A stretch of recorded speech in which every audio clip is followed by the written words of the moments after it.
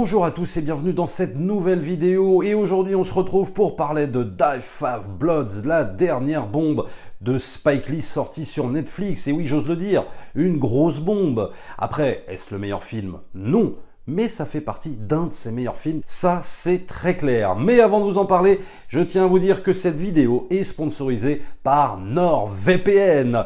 Et qu'est-ce que c'est que NordVPN? Parce que je suis sûr qu'il y en a quelques-uns parmi vous qui ne savent pas ce que c'est que ce logiciel. C'est tout simplement un logiciel qui permet dans un premier temps de crypter vos données. Et oui, c'est important puisque quand on se connecte à un point Wi-Fi, que vous connectez votre PC à n'importe quel accès Wi-Fi, votre ordinateur peut être en danger parce qu'il y a une multitude de hackers, de spam, etc.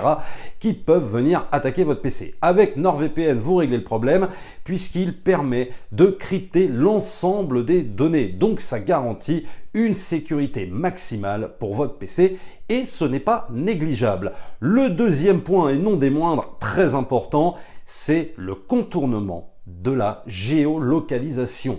Alors pourquoi il faut en parler? Tout simplement parce que depuis la France, vous n'avez pas accès à tous les sites, qu'ils soient américains, japonais, etc. Il y a forcément ce qu'on appelle les géorestrictions. Avec NordVPN, vous les contournez tout simplement. Et si on reste, nous, dans notre domaine, le domaine qui nous intéresse, à savoir les séries télé et le cinéma, c'est un avantage considérable puisque, par exemple, avec NordVPN, vous pouvez aller sur le Netflix américain, vous voyez, par exemple, où le catalogue est beaucoup plus fourni. Vous pourrez même avoir accès pour les fans de manga au Netflix japonais. Et si je prends un exemple assez emblématique, c'est forcément l'exemple de Disney+, puisque nous sommes soumis, nous, en France, à la chronologie des médias, c'est-à-dire qu'il faut attendre 3 ans avant qu'un film qui sorte au cinéma ne sorte sur une plateforme de streaming, c'est comme ça, c'est la loi. Eh bien, avec NordVPN et donc en allant sur le Disney+ américain, puisque du coup vous pourrez y aller, vous pourrez par exemple avoir accès à Avengers Endgame, voilà, pour tous les fans d'Avengers, puisqu'il n'est pas dispo sur le Disney+ français, à cause de la chronologie des médias dont je parlais. Et évidemment, plein d'autres programmes qui ne seront pas disponibles sur le Disney+ français, mais qui le seront sur le Disney+ américain. Et la dernière nouveauté en date, c'est par exemple HBO Max. Voilà, HBO Max, qui n'est toujours pas disponible en France.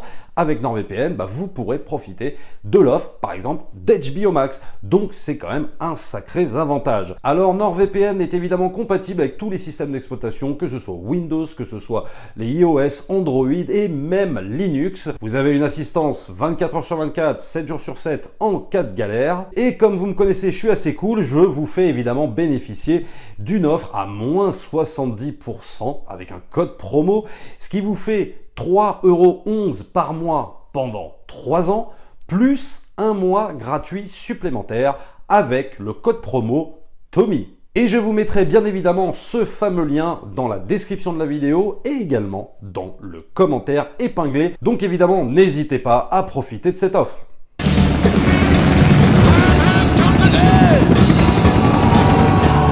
Alors maintenant, on peut rentrer dans le vif du sujet et attaquer Die Five Bloods, sorti sur Netflix.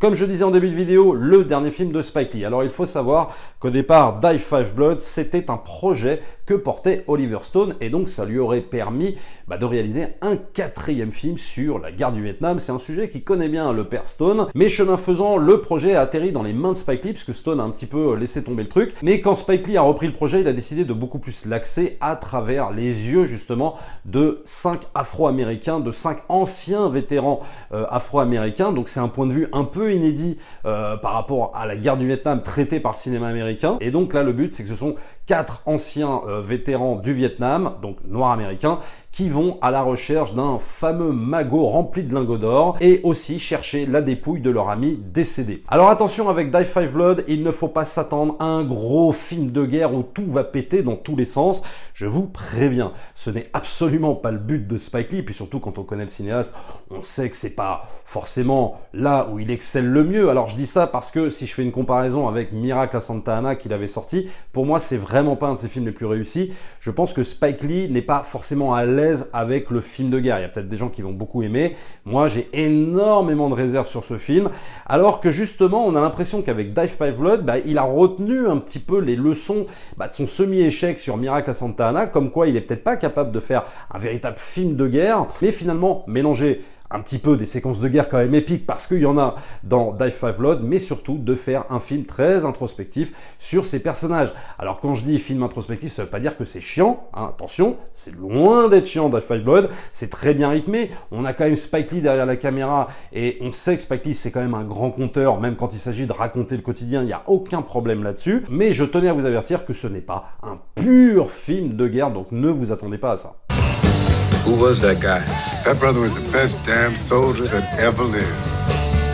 Et puis la première chose qui frappe quand on finit Die Five Blood, même pendant qu'on regarde le film, c'est à se demander si c'est pas le véritable premier film de Spike Lee sur la mort. On a vraiment l'impression d'une obsession quand on regarde ce film, bien plus que les autres. Je dis pas qu'il n'en a pas parlé, mais pour moi c'est un sujet qu'il a peut-être plus effleuré au sein de sa filmographie, tout au long de sa filmographie. Là on est en plein dedans, Spike Lee il a quand même plus de 60 ans, là on a l'impression que c'est son film sur la mort. Et si tu regardes bien dans l'histoire du cinéma Hollywood, tu as quasiment la majorité des réalisateurs qui ont fait leur propre film sur la mort à un moment donné de leur vie. C'est normal, ils vieillissent, ils se posent des questions, et là on a vraiment l'impression que Die Five Blood c'est vraiment un film là-dessus. Il va y avoir énormément de choses sur cette question-là, le rapport aussi avec la religion, le rapport avec l'au-delà. Spike Lee va beaucoup insister là-dessus, et j'ai vraiment cette impression que c'est la première fois que Spike Lee nous fait partager ses interrogations par rapport à la mort. We bury it. Later on, we come back and collect. Alors est-ce qu'on peut dire que dans ce film il y a des problèmes de rythme, parce qu'il y a quelques critiques qui soulèvent le fait que ce soit un film bavard, etc., qu'il y a des moments un peu ennuyeux, etc., etc. Alors moi j'ai pas trouvé qu'il y avait de moments ennuyeux du tout, c'est un film long, oui, c'est un film où tu vas prendre ton temps. Problème de rythme, je ne crois pas. Par contre, là où on pourrait accuser le film, on pourrait dire que oui, il y a peut-être un ou deux défauts, ce sont dans le traitement de certains personnages. Parce que cette histoire en gros va s'articuler autour de 4 personnages principaux, enfin 5 si on compte le fils du personnage Paul, mais peut-être que le problème qu'on peut soulever, c'est qu'en gros, il y a un personnage qui ressort, et alors de façon assez extraordinaire, c'est le personnage de Paul, joué par l'incroyable Delroy Lindo, qui est un habitué des films de Spike Lee, puisqu'on l'a vu dans Crooklyn, on l'a vu dans Clockers, on l'a même vu dans Malcolm X, c'est un acteur qui joue extrêmement bien, et là, il va avoir, pour moi, le meilleur rôle du film, très clairement. Non pas que les autres sont trop en retrait, mais quand même un petit peu. Et il va y avoir juste le personnage de Otis, à part le personnage de Paul, qui va être lui plus ou moins bien mis en avant, mais vraiment celui qui va sortir, c'est le personnage de Paul, personnage totalement extrémiste, totalement déglingué. C'est un de ces noirs américains qui a voté pour Trump, et il le revendique d'ailleurs. Et là, donc, il va y avoir évidemment une charge de Spike Lee contre l'Amérique de Trump. C'est un personnage qui va être extrêmement dans ses propos, et puis surtout, il va le dire lui-même, c'est un personnage complètement déglingué de l'intérieur.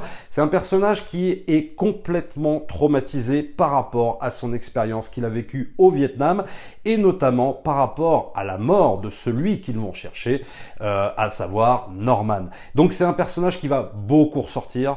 On va avoir des séquences extraordinaires à la Spike Lee, de purs monologues extrêmement bien joué par cet acteur, des monologues face caméra ultra percutants, façon Spike Lee.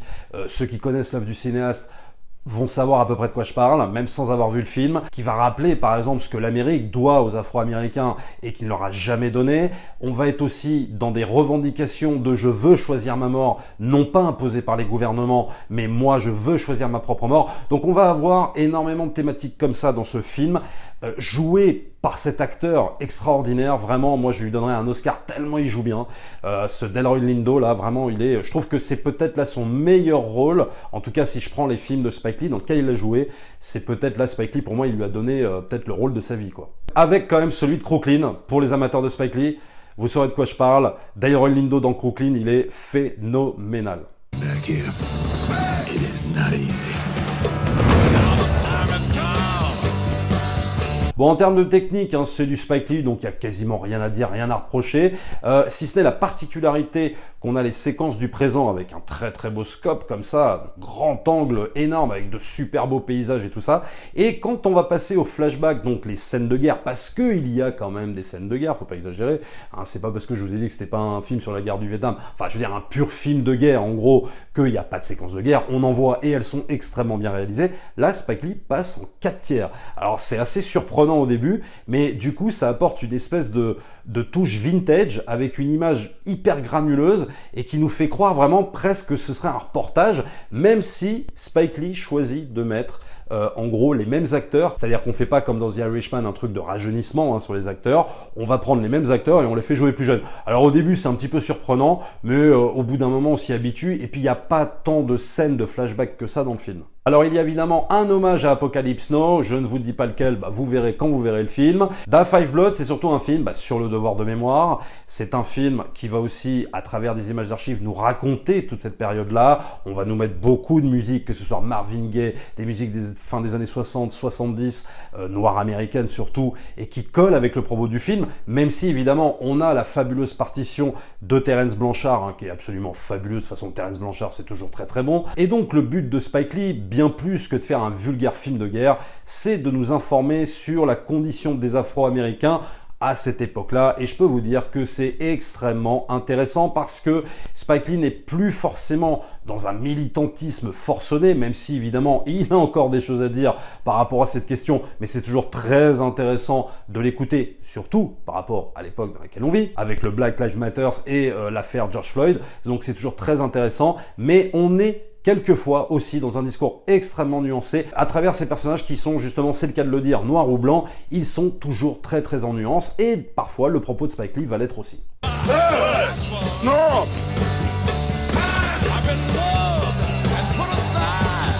Alors au niveau du casting, on va avoir aussi deux Frenchies, on va avoir Mélanie Thierry, on va avoir Jean Reno. Alors pas dans des grands rôles, si ce n'est que Mélanie Thierry quand même apparaît pas mal de fois. Elle a un rôle assez intéressant et qui nous réserve quelques surprises, je ne spoilerai pas dans cette partie. Et Jean Reno pareil, je ne spoilerai pas. On le voit pas beaucoup Jean Reno, mais il a un putain de personnage et je n'en dirai pas plus quand vous verrez le film, mais il est extrêmement intéressant et je vous laisse la surprise quand vous verrez le film.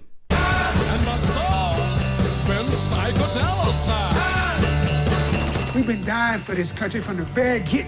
Alors maintenant, je vous demanderai pour ceux qui n'ont pas vu le film de quitter la vidéo, vous revenez voir après parce que je vais spoiler quelques scènes du film, des scènes vraiment qui m'ont marqué. Alors, une des premières scènes qui est extrêmement bien mise en scène, c'est la scène de la découverte des lingots, quand tu as ces quatre compères là comme ça qui découvrent petit à petit les lingots et tu as l'impression qu'il n'y a rien qui peut leur arriver et c'est une séquence vraiment assez touchante quoi, de ces quatre mecs qui retrouvent ces lingots d'or et évidemment aussi les restes de leur ami tué au Vietnam, une séquence très touchante, très émouvante avec toujours ce rapport du Paul joué par Delroy Lindo totalement traumatisé qui va retrouver comme ça la dépouille de son ami. C'est vraiment extrêmement touchant. Une scène très touchante également qui m'a beaucoup marqué et ça elle arrive, tu la vois pas venir du tout, au bout je sais pas d'un quart d'heure de film, quand tu as le personnage d'Otis qui va voir une ancienne prostituée avec qui il a eu des relations quand il était au Vietnam et qui va lui présenter, cette prostituée qui va lui présenter sa fille. Et d'un seul coup comme ça, après 10 minutes de film ou un quart d'heure de film, tu te retrouves avec une scène, un chant contre chant autour d'une table où les acteurs sont en train de manger quoi, et ce personnage découvre sa fille et d'un seul coup t'étais presque ému aux larmes quoi. Là on a vraiment un Spike Lee totalement assagi qui se démène dans des séquences d'émotions assez extraordinaires et tu t'y attends vraiment pas. Donc ça c'est une des scènes je trouve assez marquantes qu'on va retrouver avec le personnage d'Otis. Donc il n'y a pas que le personnage de Paul qui est bien travaillé parce que à mon sens aussi le personnage d'Otis a des trucs à revendre et notamment sa relation avec cette ex-prostituée qu'il avait rencontrée quand il faisait la guerre du Vietnam. We give this go.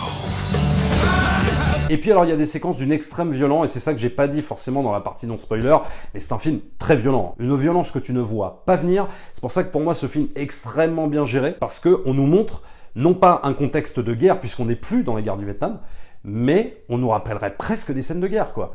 Alors qu'on n'est plus du tout dans ce contexte-là. Parce que Spike Lee, à travers ces scènes qui se passent dans le quotidien, il va nous rappeler que l'être humain, quoi qu'il en soit, c'est-à-dire même hors contexte de guerre, quand il a affaire à l'argent, c'est-à-dire là les lingots d'or, parce que là tu as vraiment les conséquences aussi du fait de retrouver ce magot, comment ça va jouer sur leur psychologie. Et c'est ça que Spike Lee va extrêmement bien traiter. Donc là Spike Lee nous rappelle qu'on n'a même pas besoin d'être dans un contexte de guerre pour se faire la guerre, en gros. Et c'est ça le but du film. C'est-à-dire de nous montrer à travers des différences ethniques, à travers le pouvoir de l'argent, l'attrait de l'argent, qu'est-ce que les êtres humains sont capables et de s'entre-déchirer. Alors il va y avoir des scènes d'une extrême violence, avec des scènes de baston extrêmement efficaces. Là, carrément, Spike Lee les filme de manière totalement viscérale. On va avoir les scènes qu'on ne voit pas venir, des scènes de la mine, parce que il va y avoir plusieurs endroits justement dans la forêt qui vont explorer où c'est rempli de mines antipersonnelles. T'as des personnages qui vont arriver dessus, boum, ils se font déchiqueter, les corps déchiquetés et tout ça. Et tout ça, tu ne le vois absolument pas venir. T'as même l'impression des fois de te dire, tiens, est-ce que je suis pas en train de regarder un film de papy, sur les traces du passé, quoi. Et puis d'un seul coup, paf, tu pars dans un véritable presque film de guerre, mais hors contexte, guerre du Vietnam. Donc il y a plusieurs séquences quand même de violence extrême dans ce film que tu vois pas venir, que Spike Lee te balance comme ça, et d'un seul coup tu te retrouves totalement tétanisé, des scènes de suspense réelles. Je pense par exemple à la scène du fils de Paul qui va se retrouver sur une mine et qui peut pas bouger, et qu'il faut absolument l'extraire de cette putain de mine. Donc ça c'est vraiment de très très grosses scènes où tu sens que t'es un Spike Lee, mais quel cinéaste, quoi.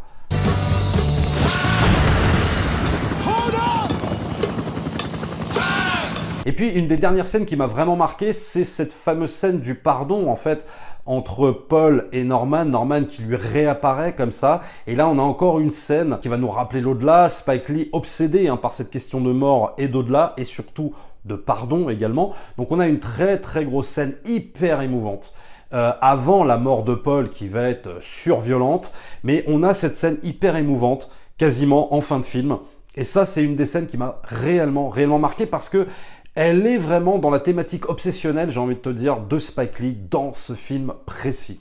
And that means knowing exactly who I am in business with. Voilà ce que je pouvais vous dire en gros sur ce dernier film de Spike Lee. Très sincèrement, on est gâté avec lui là récemment parce que 2 ans avant on a eu BlacKkKlansman, là maintenant on a Die 5 Blood. C'est du très très lourd. Spike Lee il a eu une petite traversée du désert un petit peu dans les années 2000 si je me trompe pas. Il y a eu quelques films quand même assez mineurs, pour certains assez ratés, comme quoi même des cinéastes que j'adore, je sais aussi les remettre en question. Et le truc c'est que depuis quelques années, on a l'impression que Spike Lee est sorti un petit peu de cette espèce de léthargie, là, d'espèce de sentiment de plus pouvoir faire un bon film. Là, ça fait quand même quelques années qu'il nous prouve que là, putain, il revient en force. Et pour moi, si c'est pas son meilleur film, on pourra, je pense, a posteriori, quand on analysera la filmographie d'un cinéaste pilier, d'un cinéaste majeur comme lui, je pense qu'on pourra dire que Die 5 Blood, ça fait partie de ses grandes œuvres. En tout cas, une œuvre majeure et un très bon film, un très beau regard, un regard différent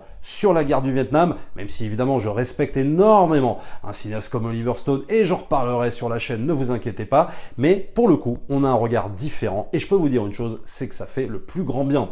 Abonnez-vous à la chaîne, likez, partagez bien sûr, n'oubliez pas d'aller sur le lien Utip pour soutenir la chaîne, c'est toujours très important et nous on se retrouve très très vite pour une prochaine vidéo. Ciao.